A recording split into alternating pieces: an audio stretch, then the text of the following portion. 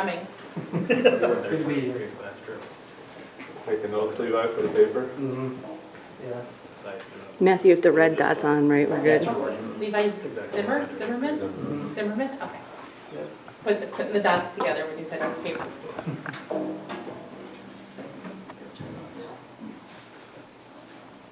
Former English student. That's right. Ready?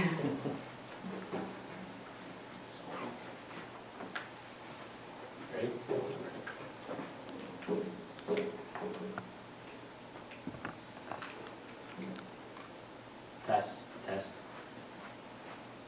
Hand. No, she's got to turn her head up. Test.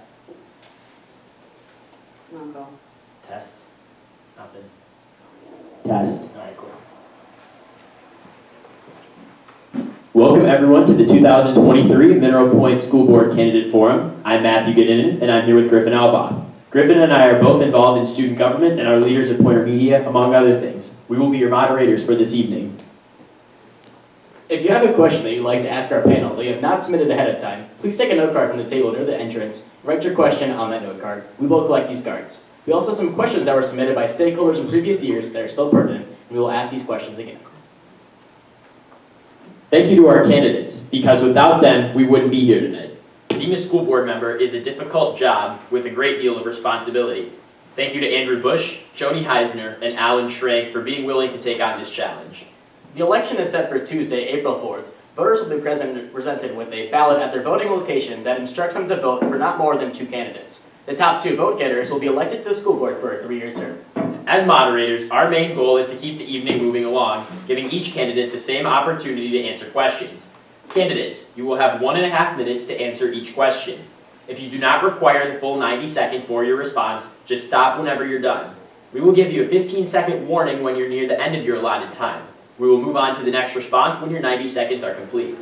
For fairness, we will alternate who answers each question first. We will ask the first question to Mr. Busch, and the candidates will respond alphabetically by last name. Ms. Heisner will have the opportunity to answer the next question first, and the next question after that will be asked to Mr. Schrank.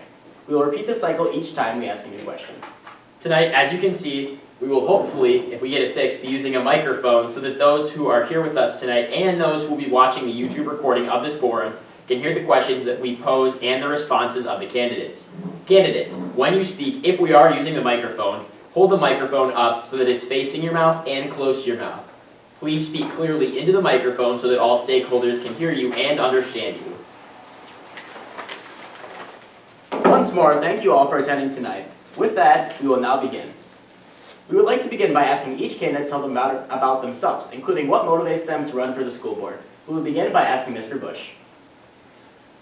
Andy Busch, lifelong resident, motivated by the greatness that this district is, graduated here, wanted to give back, and really motivated to run this time around by fellow members of the board's constituents that reached out after I had kind of decided not to run and convinced me to run. And the board's in the middle of an improvement process and a goal-setting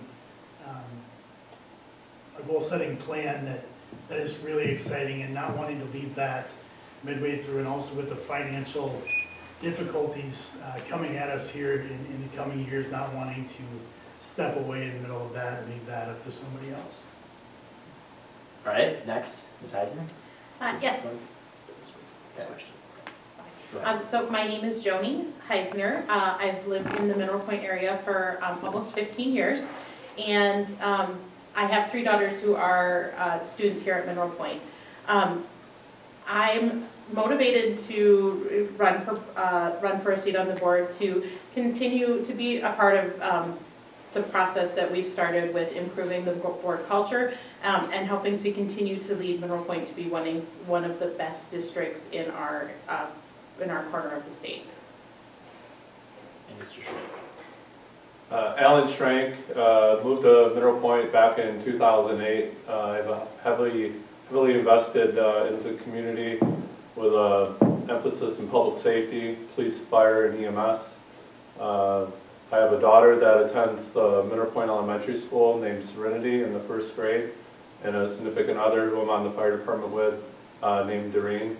What motivates me to run for school board is I like being involved in local government. and having the voices of the community heard. I've been heavily involved since I started this endeavor when Mr. Steffes passed away, and trying to get a better foundation laid for ingress and egress out of the elementary school parking lot, amongst trying to address other issues in the district like a garage for maintenance vehicles that sit outside, protecting our investments that the taxpayers heavily invest in with financial means. I agree with also moving the district forward with goal setting, making sure that we stay positive, and then also supporting our support staff with, especially in the maintenance area, and the support staff wages I believe are relatively low and need to be addressed. And then also sustaining our educators and making sure that our educators keep the highest school report card available so that we can graduate graduates from the Mineral Point High School for the community to be stakeholders and working in the community and living here their entire lives. Thank you. All right, so microphone's working again. So for the second question, we're going to pass it around. We're going to start with Ms. Heisner for the second question. And this is one of the couple of questions that we got from our stakeholders this year. And this question is, with the current budget shortfalls and instructional staff already not receiving CPI increases as recommended, what will you all do to ensure that Mineral Point retains the outstanding educators that we already have and continues to hire equally qualified and experienced staff going forward? Ms. Heisner? Thank you. So the budget is definitely a challenge that comes up at every school board meeting that I go to.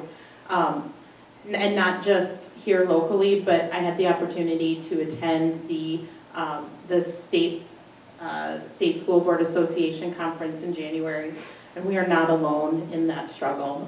School financing is a mess right now, and hopefully we see some support coming out of our state government that will help. But to address the question about both attracting and retaining high-quality teachers, that is one of the key initiatives or key priorities that the board has discussed as being a focus area that we want to carry forward over the next few years. We have talked about a couple different initiatives, but as far as actually being able to meet CPI, looking at the budget for this year, we know that the numbers are tight, and that CPI, or Consumer Price Index, which is normally used to gauge the percentage of increase that we try to give the staff, that's going to be an uphill battle for us. I think, I'll speak for myself, but I think... 15 seconds. Oh, thank you. We're committed to working at it, but the bottom line is that those dollars are really, really tight this year. Mr. Schrank? As previously stated, I am here as a public employee of the past 15 years to support all of our teachers, staff, and they certainly understand the benefits and the community aspect of it, of wanting to be able to support your family, especially when eggs are $4.99 a dozen.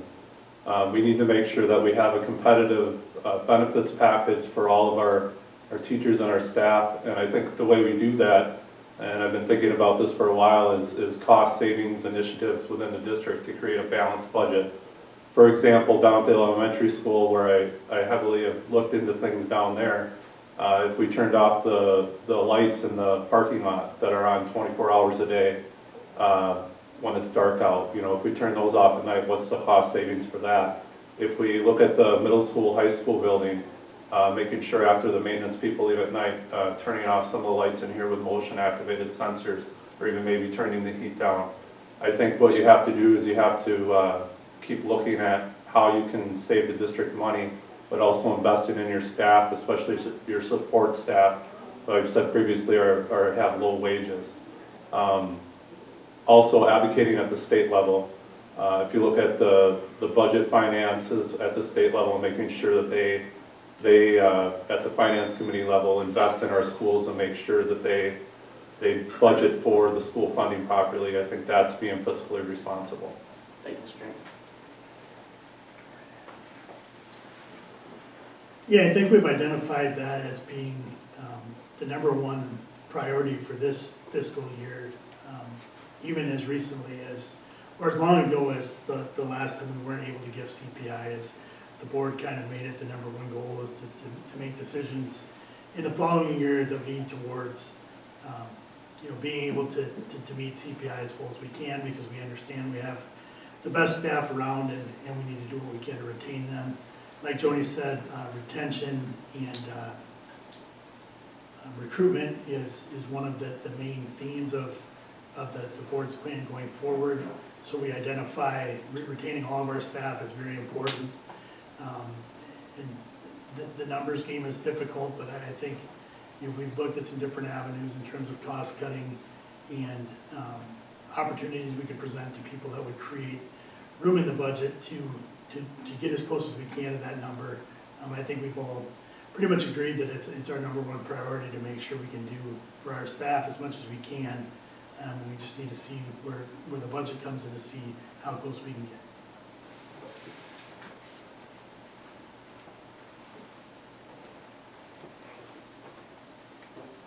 Our next question is, what do you feel is the biggest challenge facing the district? We'll begin with Mr. Schrank.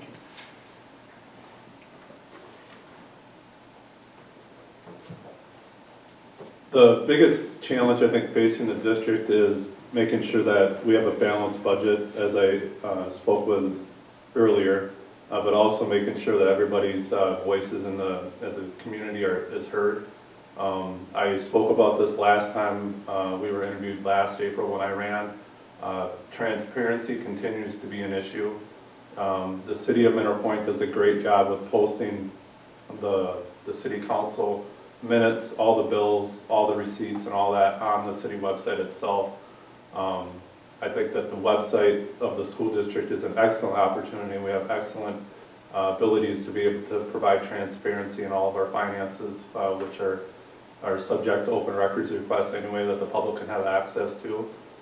We have an outstanding communications director that could help with this and putting it all on the website. And I think moving forward, that's something that we certainly need to look at.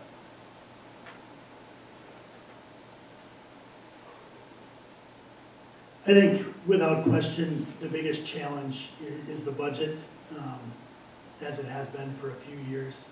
But I think, I could go on for a while about that, but there's probably going to be other questions related to that. I think right up there, 1A is something we don't always realize, but it's been a focus of our work is the budget's great and it relates to the kids, but what's our biggest challenge to the kids? And it's really about making sure that everybody in this district feels included, that we don't have marginalized students, that we're meeting the social and emotional needs of students.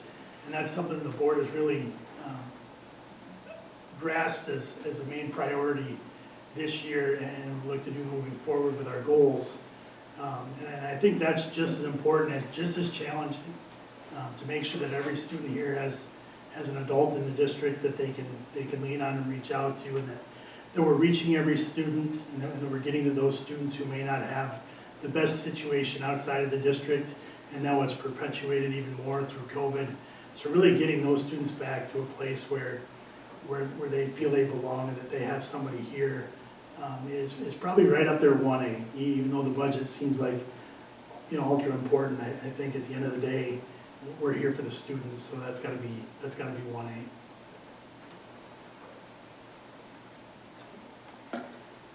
I don't know that there's a lot left to say. I agree with both of your comments. The budget is a real issue.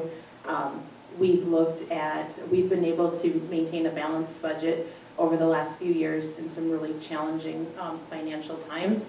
But going into the next budgeting season, in order for us to continue to offer the level of programs that we've been offering, it's very likely we'll need to dip into fund balance, which is basically is our net worth, or kind of the money that we have available to use, and that tells me that we're not in a sustainable position long term without some additional work at funding. So that either comes from a different funding model at the state level, or it comes from our local community in terms of referendum. And so it's hard to look beyond that. But to Andy's point, we have, as a board, been talking a lot about our social emotional learning and about improving the culture of our schools, which which isn't to say that it's bad, but to say that we have opportunities to do even better. And so, again, I agree with both candidates' comments. On the other hand, what do you feel are currently the biggest strengths of our district? We will begin with Mr. Busch.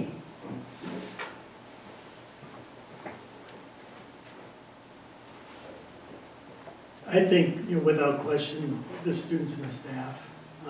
I think we're very lucky, and they go hand in hand. We're very lucky to have the staff we have, to have retained such a veteran staff, and have been able to hire the best teachers we can every time we have a job opening. Kudos to the community for continuing to support the district in times of need so that we can do that. Kudos to the staff for continuing to improve. Kudos to the administration for continuing to hire the best teachers, and in turn, in part because of the community, and in part because of the staff, we have the best students. And I don't think it's close when you ask what our strongest asset is. It's the students and the staff.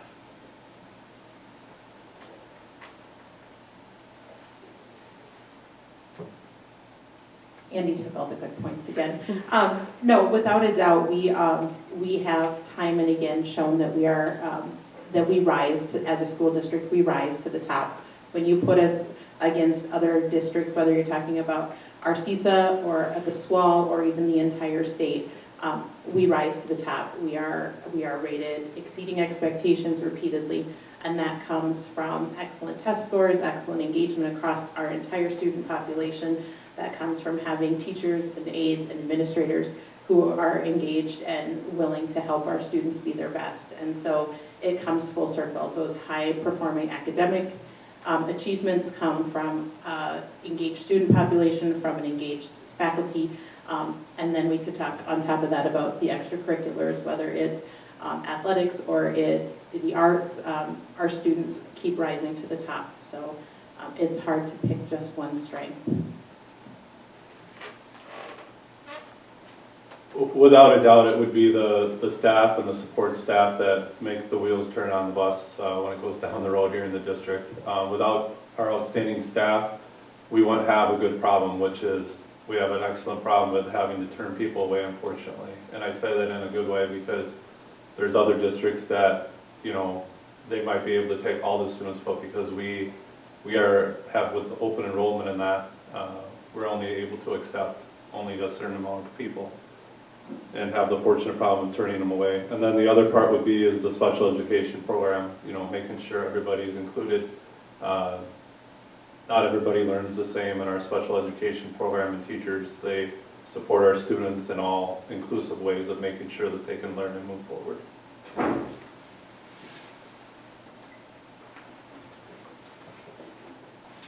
Now for another question from one of our stakeholders. This stakeholder asked the following question. Daycare in this city has been an issue for many years. If you take a quick glance at our current providers, most of them are nearing retirement age and may not be around much longer. This could be a key factor in whether or not families stay in Mineral Point School District or chooses to move elsewhere. In the opinion of the stakeholder that posed this question, it is an issue that both the school and the city should take seriously because it benefits both of them to find a solution. What would you do to help families who are looking for long-term care or short-term after-school care? We'll begin by asking Ms. Heisner. So this topic has come up at a recent board meeting and actually is subject of some additional conversations that are ongoing.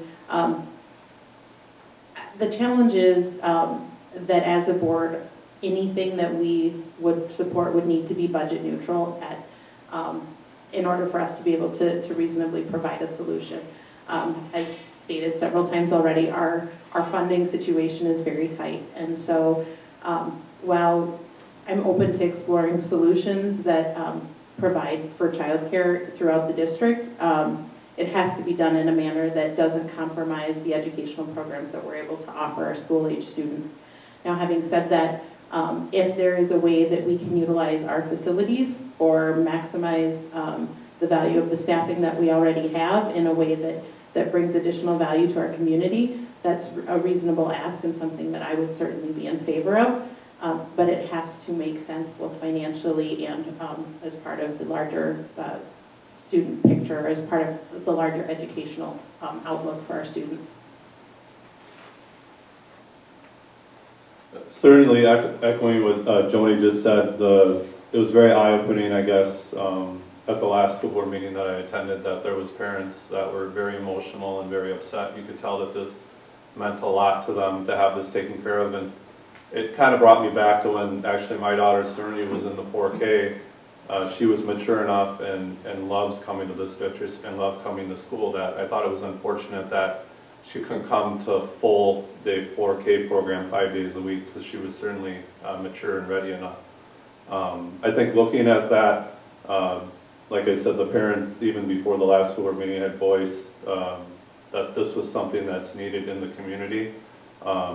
I thought about it since the last meeting, and you have to have it budget neutral, especially with our finances and how we're in that state right now. But I think in talking to other parents, they're willing to pay whatever it would cost if we could maintain a flat line and look at, we need this many kids to have this program for after-school care, or we need this many kids to have a full-time 4K program and have that an option like other neighboring districts. I think that's something we certainly should look at, especially with the need for it in the community. And then also it was disheartening to hear that some parents will be leaving the school district because we don't offer that currently.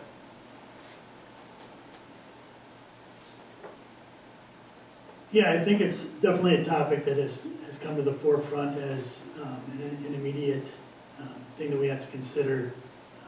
You know, I think we have several families that moved here when they could, so that their kids could go to school here, and then circumstances have changed in the past few years, and their child care is no longer available.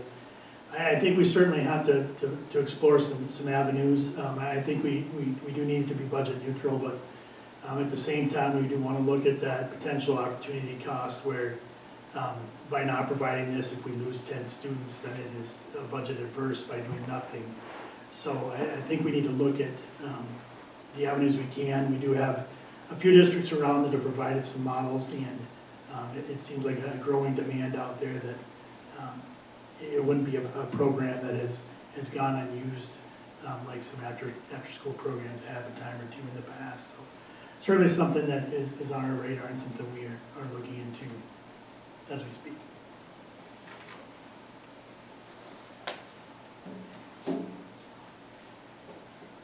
The next few questions will be about all of you as candidates. First stop, what do you or would you find most rewarding about being a member of our school board? We will begin with Mr. Schrank.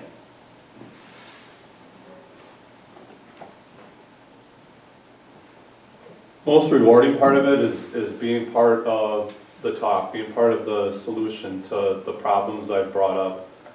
Most recently today, I saw, there's staff that are upset, students that are upset with the workout facility in this building, which I toured the last time I was running in April. It's something we certainly need to look at. We need to look at an inclusive health and wellness facility. We've all talked about health and wellness of not only the students tonight, but also the staff. But I think going forward with this, how I would approach it is you look at it like a neighboring other district did, of fobbing the system, making sure that you have some type of gate for it, and then making sure that it's inclusive to everybody instead of it just being a weight program as it is right now. There's no ellipticals down there, there's no treadmills down there. It's just basically a weight muscle program, which wouldn't appeal to me being I'm a runner. But other than that, I don't have anything else on that.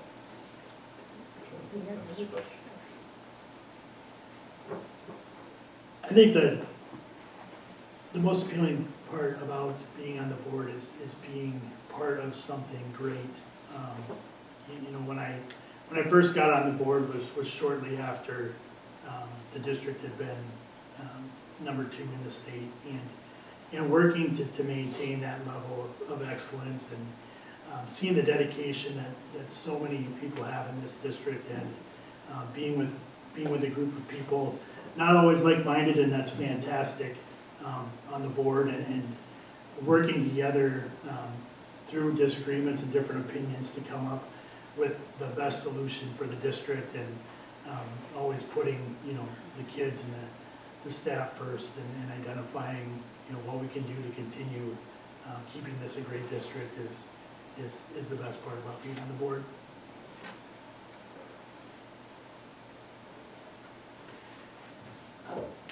So for me, the most rewarding part about being a member of the Mineral Point School District School Board is walking through these halls and knowing that I get to be a part of what helps this school be so great. And it doesn't matter if I'm here for a board meeting or to drop off the Chromebook that one of my daughters forgot, or a few years ago to be at the elementary school when they did the ribbon cutting on the remodeling.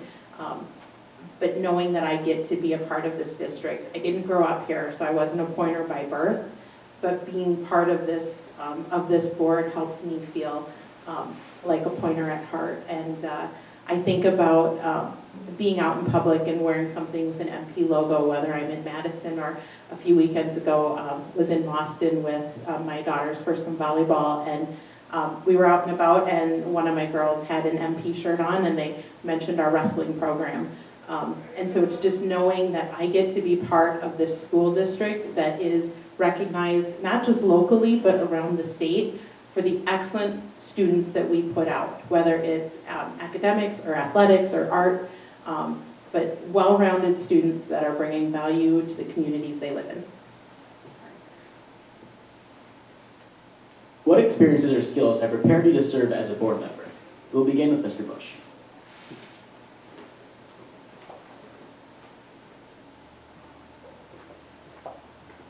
I would say at this point in my board career, it's the time I've served on the board. My answer probably would have been different, 9 years ago or whenever that was, a long time ago. But now it's the different boards that I've been on, the different makeup of boards, the different personalities of the boards, the experiences we've been through, referendums, COVID, you name it, we've had it during that time. So. Superintendent search. So I think just the experiences I've had and the great board members I've served with and the great administration I've worked with would easily be, what I can bring to the table now is actually the board experience.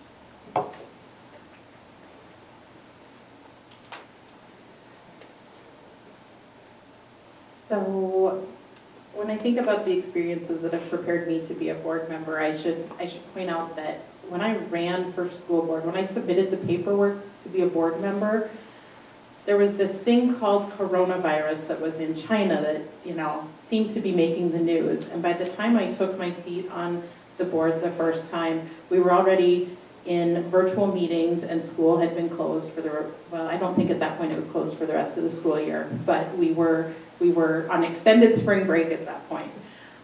So the last 3 years and the experiences that I've had over that period have been trial by fire, but I have learned so much, and through that learning have definitely developed a skill set that I believe makes me a better board member. And I see those skills coming to life now, even though members of the board have changed, it's a different board culture, different environment. The willing to listen to one another and to ask questions from a point of trying to understand somebody's perspective rather than being defensive is really a skill set that was cultivated through those challenging times. The experiences and skills I have is being a public employee myself, understanding that, unlike the private sector, some jobs where you get a bonus, your wages are set at the beginning of the year.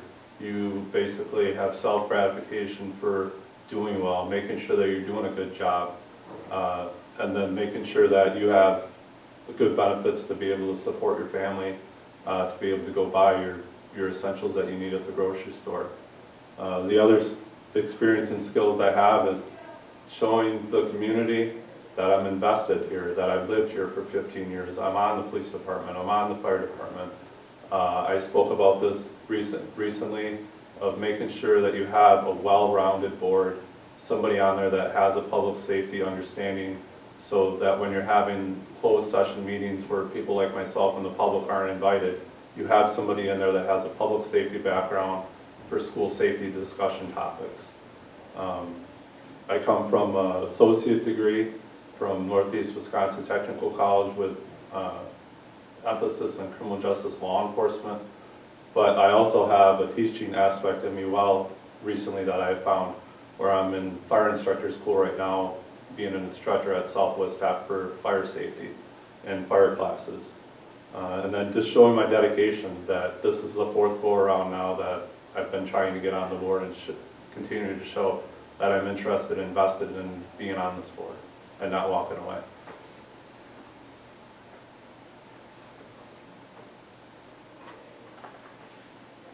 What qualities and/or behaviors should a school board member exhibit? We will begin with Mrs. Heisner. So as school board members, I believe that we have a responsibility to model the behaviors that we expect from our students and from our staff, and hopefully that we set a good example for our community. So to me, that includes speaking up when you think something isn't right. It includes listening to opinions that you might not agree with. It includes occasionally taking feedback that's hard to hear, apologizing if you've made a mistake or made an error, and just being a respectful individual to those around you. Without a doubt, I would say empathy and compassion, making sure that you have the ability to understand when you necessarily can't afford it in the budget to do a full CPI. Maybe you could do half of that. Maybe you could find another way to be able to understand that, but relating to the staff and the support staff and the teachers and the administration.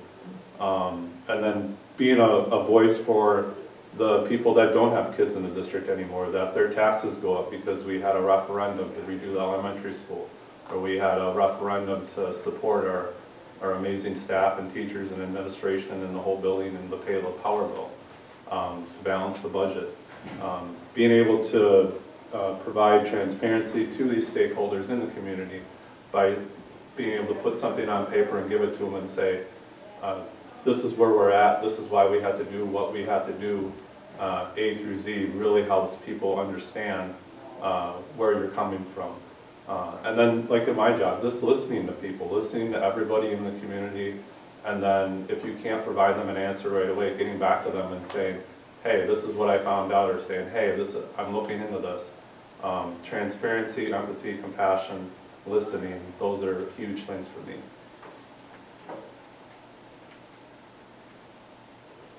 I think it's really important, I've learned in my time on here, is the respect of other people's opinions and the respect of other people.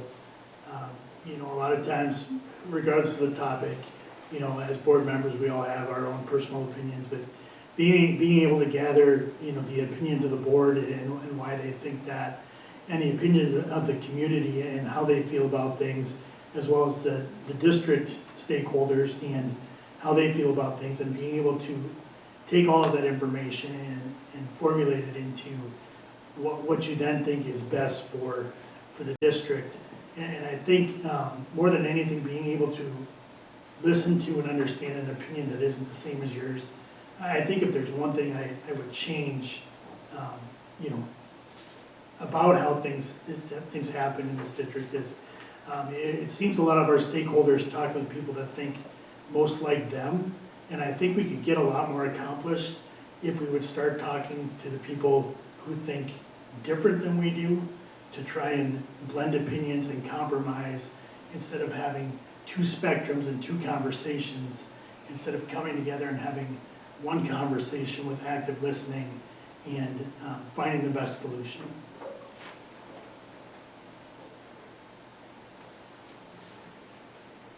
Our next question, describe your decision-making process. How do you gather and evaluate information? We'll start with Mr. Schrank.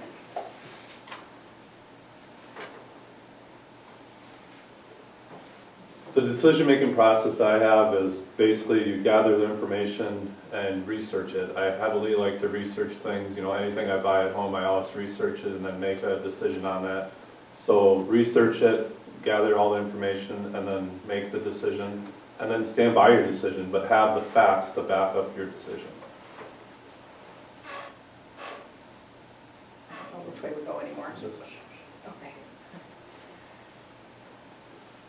Yeah, similar to that, I start with, my opinion and identifying why I feel that way, believe that way, and if it's, fact-based, and then start having conversations and start getting data and facts and getting opinions of stakeholders to find out, what the best decision is. And sometimes that doesn't always align with where my personal opinion or personal preference is, but, through conversation and research and active listening is identifying, what the best decision is for the better of the whole.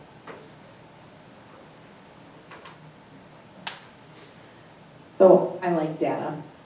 So if it's a decision that can be driven by data, that's where I'd like to start. And I sometimes maybe go a little in the weeds with that, so I apologize to my fellow board members when I take them along on that journey. But I also like to hear the opinions of other people. I make a point when I come to a board meeting, if there's a topic that I feel strongly about, to be okay with having an opinion, but to not have a decision until I have heard the opinions of, or the thoughts of others around me.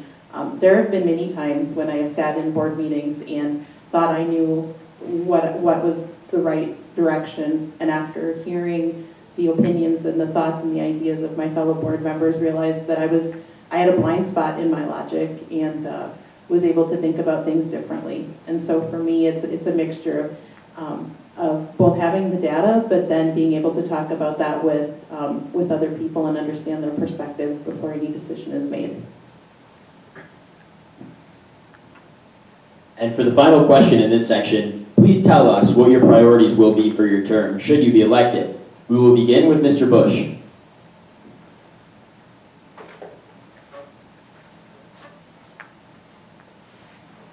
I think the pressing priority that will be on the plate right away is the budget and what the next fiscal year looks like, what the next biennium budget hands us from the state, and figure out what we're able to do, with what we're given. And the next step beyond that would be to continue down the board improvement path and the goal setting path, identifying areas where we as the board as a group want to go, improving board governance, improving the social emotional learning in the district, and the retention and recruitment of staff. So I think those are the two things that will start. And then what I've learned in the last few years is don't plan anything beyond that.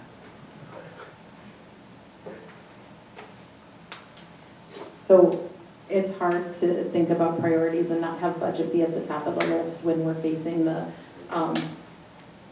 fiscal cliff that's been talked about in school finance for a while. So that would be my number one priority. Second, very close behind that though, would be to continue to support the very positive culture that the board has established over the last year or so. And as part of that, the board has been doing work to set some priorities as a board of things we'd like to work towards. So my priority as a board member would be to pursue those priorities. So right now, that's about the recruitment and retention. It's about ensuring that we are supporting the well-being of all students through social and emotional learning. And then it's about the board governance, so similar to the things that Andy had mentioned. Echoing both the people besides me is, like I said, the balanced budget. The big thing that I would like to look into is the cost savings, to see if we can come up with some type of increase for the CPI to support all of our staff, especially the support staff. So researching that, looking at that more, and then implementing things that I've brought up in the past, whether it be in making improvements at the elementary school parking lot, making sure that we are protecting our investments that the taxpayers have funded, being a garage for the vans and the new Equinox we got out there, and the plow truck, and then looking at making sure that we have a building that's inclusive to the health and well-being of everybody, the students, the staff, and the community, and then having the community being allowed to come here and use that facility. So there I'm talking about is a fitness facility, which would be huge for the district.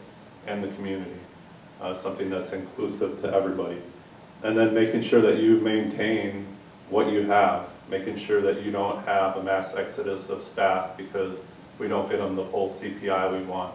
Maybe there's other things that we can look at besides the CPI to add to the benefits package, whether it be, you know, some type of health insurance plan, or using your sick time to pay for that when you retire, or a disability insurance plan while they're currently here, or a fitness center subscription until we can get one that actually meets the needs of everybody in the district.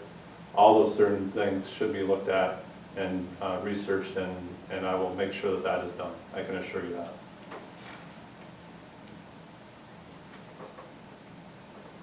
The following questions that we will ask will all be regarding the relationship between the school board and the district. The first question: how do you feel the board can best support the superintendent and work together to move the district forward? We'll begin with Ms. Heisner.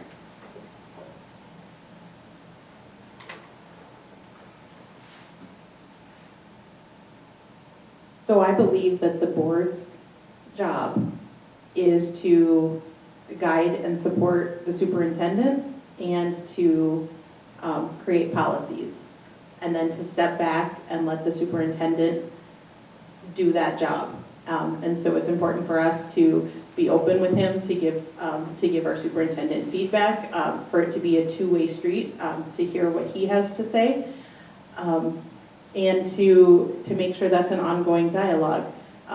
He is the face of this school, and he has a lot of responsibility in that space. It's our job to support him and to help guide and direct when appropriate to do so. But beyond that, I believe we should stay out of as a board, we should stay out of the day-to-day activities of the school and allow him to do his job. That is what we have recruited and hired and paid him to do.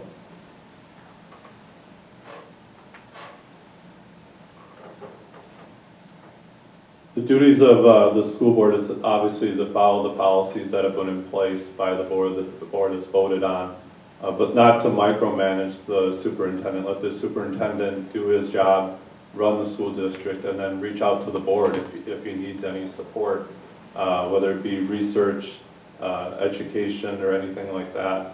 My philosophy about supervision, where I supervise people over in a law enforcement capacity, is not to micromanage.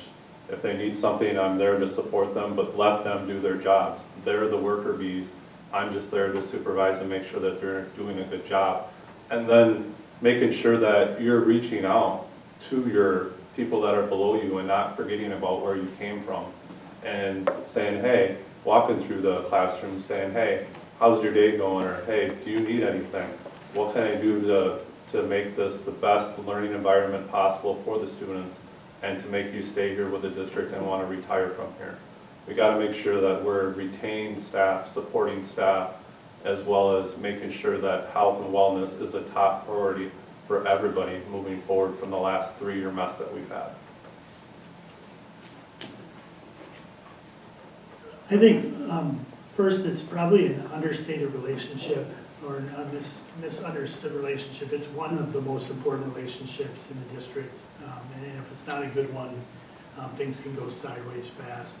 But I think the most important aspect of the board that we can do and we're working on improving is being clear about expectations, goal setting, and then you know, in the past at times we've tried to review or try to evaluate without having set, you know, goals or standards first. And I think now we're doing the work and getting the expectations set and getting the standards set beforehand, so that the superintendent has goals to work towards, understands our expectations, so that you know, they know that what we're looking for, what kind of reporting we're looking for, and you know, the trickle down process from the superintendent to the building principals, to the staff, to the students, and that waterfall effect that starts with the board and setting expectations. But it's a very important relationship, and one that I feel like we've nurtured quite well in the last year, and I'm looking forward to the future growth between the board and giving expectations to the superintendent and then watching that relationship grow.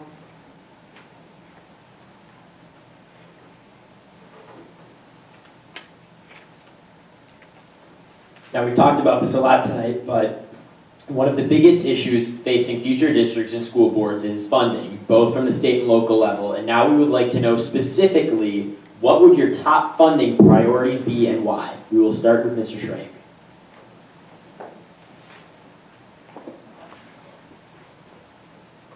Top funding priorities would be is maintaining what we have, but then also finding cost savings to sustain further what we have. And then having, I'd say, a health and wellness program, maybe a EAP for the employees in the district, and making sure that everybody's taken care of, making sure that everybody understands that your opinion and your wellness is just as important as the person in the next door classroom next to you. And then moving forward with the funding thing is just advocating, making sure that we advocate for proper funding for our school districts, so it doesn't continue to be pushed off on local taxpayers from the state.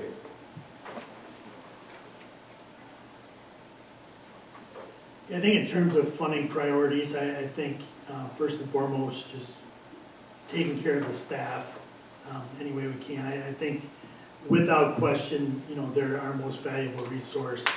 I think we could give them a number of different resources, a number of different curriculums that are all supposed to be top of the line, but really what's top of the line is our staff, and it flows from there. Whatever tools we give them next, we can pay for a lot of pencils, but if we don't have good teachers and good staff, what good are the pencils? And that's true about most of the supplies of the things. It's really about the people.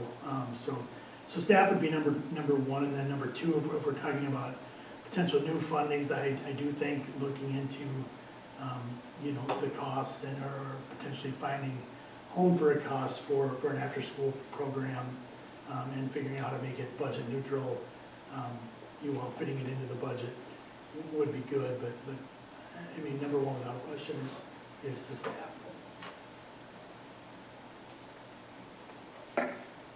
So I would put staffing at the top of my budget priorities list. I'd follow that by supporting our strong and our growing social and emotional learning services. There's a lot of studies that show that you can't learn until you feel safe. And so we need to make sure, and we're starting this work, but we're doing a good job, but there's always room to do better. But around that, providing a safe environment for our students, and safe both physically and as well as emotionally or socially. And then for me, the third priority would be just continuing to ensure that we're focusing on academic success across all levels of our district. What type of education and training do you feel should be required of board members so that they are able to fulfill their roles as leaders and important decision makers in the district? We'll begin with Mr. Busch.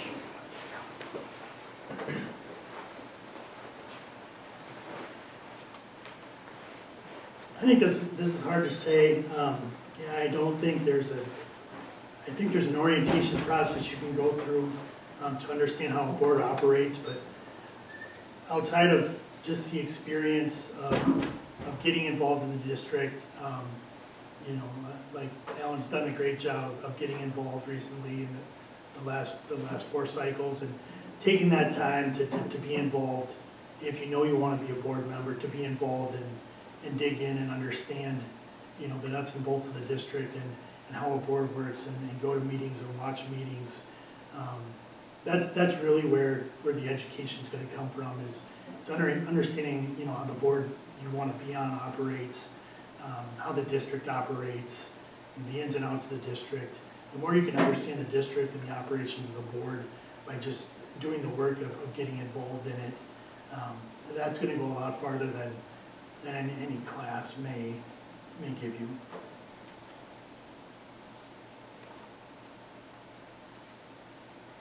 So I feel like one of the most important things that a board can have is diversity of thought. And so when I think about what type of education or training is valuable or should be required, I think that we want a variety. It's great if we can have people from all different walks of life and all different experiences and educational backgrounds come together to make decisions, because that's how we're going to make the best decisions.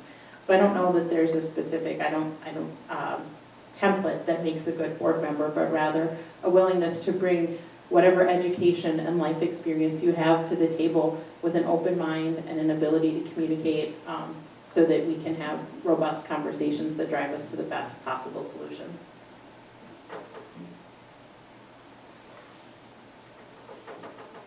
When I think about education and training of a school board member is I would want somebody that shows interest, but understanding. So when I say shows interest, coming to meetings, following up, answering questions, not being a voice for some people in the community like myself that don't want to have their name or their voice necessarily talked about. So they've come to me with their problems, and I'm willing to stick my neck out there and ask questions. And people should ask questions, and we want them to ask questions. At the end of the day, it comes down to transparency and making sure that we're transparent and providing open information to everybody. And then making sure that the person that's getting on the school board, they have an understanding of how government works and how open meetings laws work. And they put their research into it, and they've been consistent. That's certainly myself, and I don't plan on giving up until I get elected on the school board.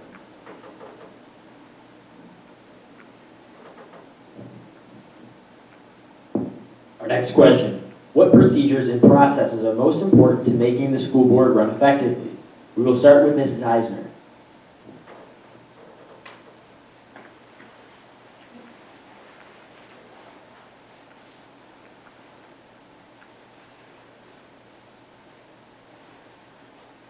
What procedures and processes are most effective?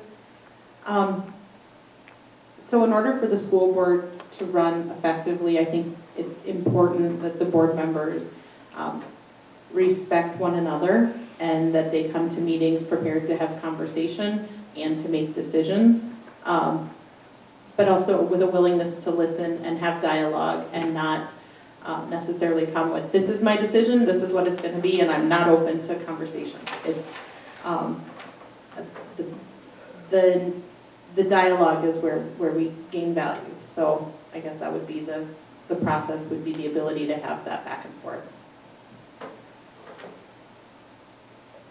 The procedures and processes comes back to what I had said before, is having the understanding and the ability to serve, but also then making sure that you're following board policy, making sure that you're following open meetings laws, making sure that you're following the public information process of gathering information and making sure that you implement that and follow that so you don't get in trouble from the state on the processes that you're following at the school board meetings. Yeah, to echo those two, I think those are very important.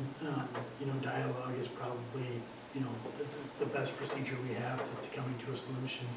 But I think provided there's trust in the board, right up there with that is the use of committees.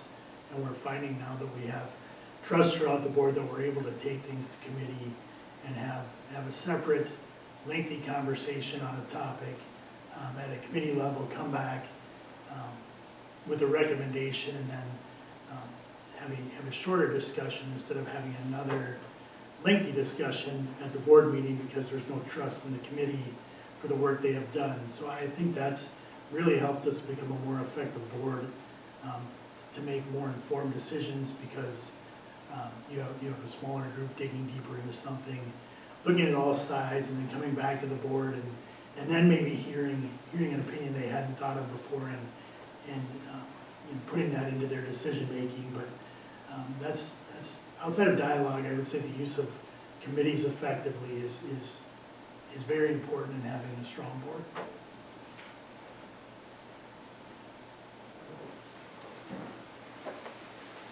And now for the final question in this section.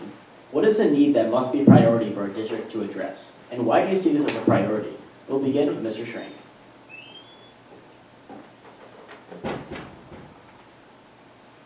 That's an easy one for me, just because I've been very vocal about it, is the elementary school parking lot. Everybody that's watching this video, trust me, your voice is being heard. It amazes me that I bring things up at school board meetings, and then the positiveness of things that happened after that. For example, I got contacted by Dr. Dunn and Will Harris and Justin Skedling to meet down with the elementary school parking lot and to come up with a solution to the problem that we have down there that hopefully we can have implemented moving forward. But that would be obviously my #1 priority, but then like I said previously, we have issues with a garage that we need to address with a priority, and then also an inclusive wellness and health facility for both our staff, our community, and our students to grow from that. I apologize, can you repeat the question? What is a need that must be a priority for our district to address, and why do you see this as a priority? I think outside of the budget, which is always a priority, I think it's continuing the good work of the SEL program. That and daycare, which has come to our attention recently, but really the numbers coming out of COVID and even before COVID from the youth risk behavior survey, we identified, some surprising things, and, sometimes when things are going really well, and we're having success in a lot of areas, things seem like they're all sunshine and rainbows, and they're not sunshine and rainbows for everybody. And we've got to do a better job of making sure that we are digging deep and making sure that it truly is a great place for everybody. I think there's great work being done, and proud of the board for making it a priority, and to this point, putting funding behind it. I think continuing to fund that and to continue to make that right up there with the academic success is the emotional success and the growth that we're able to provide these students and the experience that we're able to give them beyond the fantastic education that they're getting.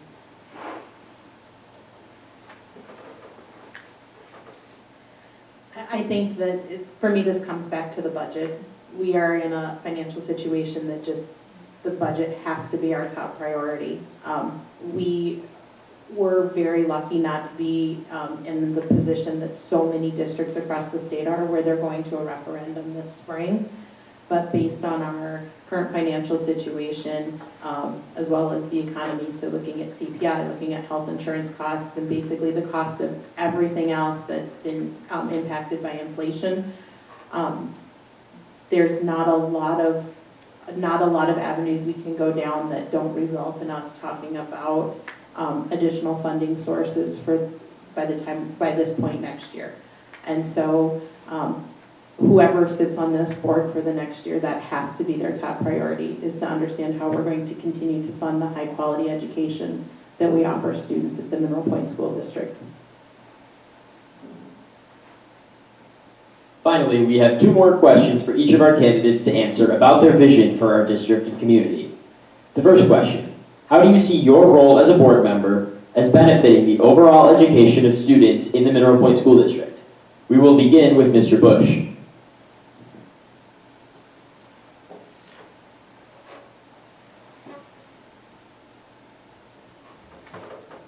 I think it's to continue in a supporting role. I think we're in very important positions with the decisions we have to make and the priorities we have to align and the work we have to do with the administration. But it's really a support role. As we talked about, the people that are here every day getting it done, they're the ones getting it done. So just continue to support them, understand their needs, while also understanding, the budget situation we're in and working to come up with the best solution to continue to provide for their needs and to make sure we're taking care of our staff and our students, but at the same time, just being in support of what the great people that work here are doing every day. Can I have you read the question again, please? how do you see your role as a board member as benefiting the overall education of students in Mineral Point? So I feel that during my time on the board, I've frequently taken the role of a consensus builder, or somebody who's willing and able to listen to multiple points of view and help drive to a middle ground or a common solution. And I believe that that's when we usually get the greatest benefit. The right answer, if there ever is a right answer, is usually not at one extreme or the other, but somewhere in the middle. And I believe that as a board member, I've helped us strive towards those consensus answers, those answers that meet all the needs, even if it's not giving any particular or any one group exactly what they want. Role in benefiting the education in the district for the students would be is making sure that we have a health and wellness program, and then making sure that our administration is following up with the teachers to see if they need anything, as well as the students. Making sure that all the needs are met, that we're an all-inclusive district, and making sure that we can maintain and move forward, giving the students the best education as possible, like we continue to do.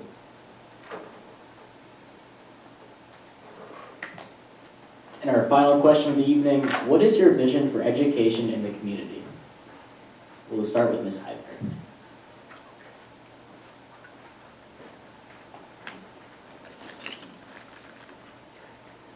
So my vision for the education system within our community is to continue on the path we're on. I want to see us continue to be one of the top districts, if not the top district, in whether you compare us to the SWAL conference or you compare us to our CISA district or across the entire state.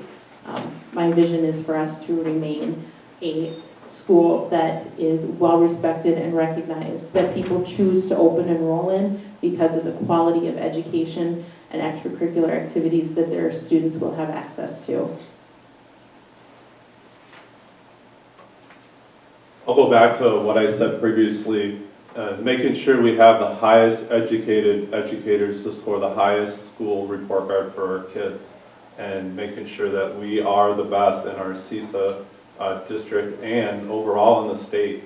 Our athletics show that, our educators show that, and echoing what Andy and Joni have both said is, it's a good problem to have that people want to open enroll here and they can't because we don't have enough staff to be able to do that.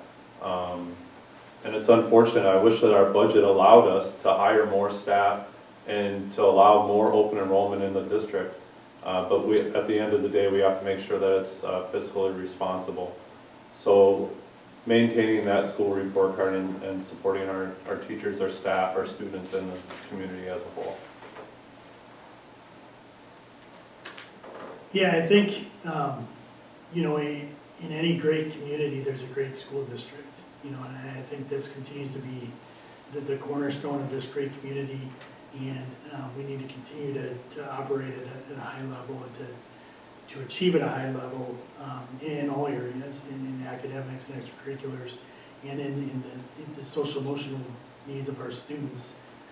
And as we get to more students and we're able to educate more students and to do more for our students, that's going to go even further to making this an even better community as we develop more and more of our young kids into becoming the next adults in this community.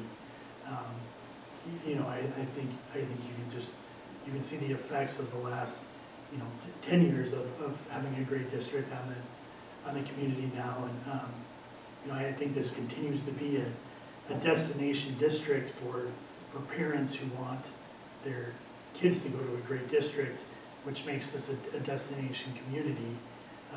You know, to the extent that we've got to figure out where we can put more people and build more housing so that we can take care of those students.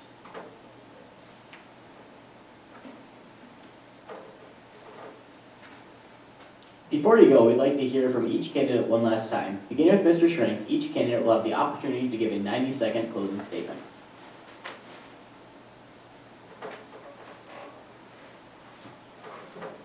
I had a conversation with Dr. Dunn over lunch a week ago, and one of the things that came up is not every district is as lucky as we are to have the problem that we do, and that's that there's only 2 spots on the ballot come April 4th, and we have 3 outstanding candidates here that want to serve and continue to serve our great school district, to support a quality education in our teachers, our staff, and our administration.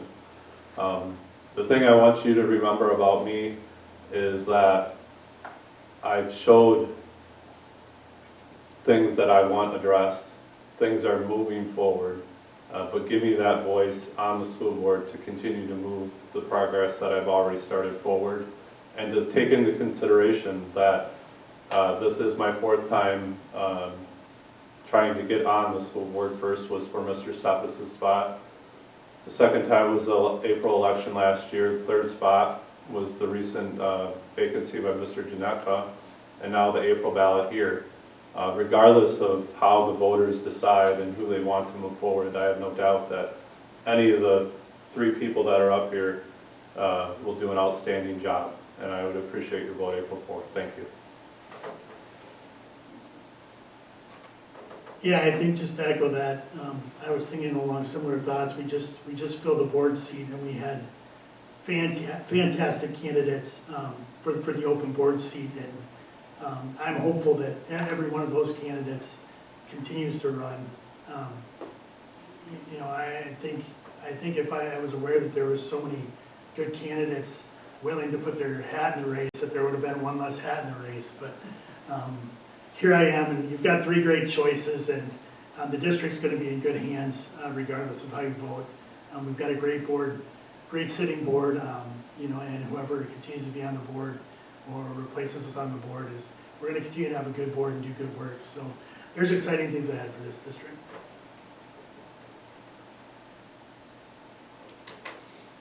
So serving on the school board the last 3 years has been an honor. It's also been an education. I've enjoyed being able to give back to the community in this way. There are some parents out there who are fantastic about coaching their kids' softball or baseball teams, and there's other parents who are fantastic at leading the 4-H club and taking the kids through service activities or craft projects. Those don't really fit in my wheelhouse, but serving on the school board has been a great opportunity for me to give back to the community, and I've really appreciated that opportunity. I hope that my level-headed approach, that my open-mindedness, that my willing to be a consensus builder has brought value to the conversation and to the community, and would appreciate the opportunity to continue on this path. On the other hand, the 2 gentlemen sitting up here with me would both do a fantastic job, and so if their voices are what the community needs right now, I completely support them as well. Thank you to the candidates and stakeholders for supporting Mineral Point School District tonight. A reminder, the election is April 4th. Thank you all for attending tonight's school board candidate forum. Appreciate it. Thank you, Bill. Appreciate it. Okay, take a breath now.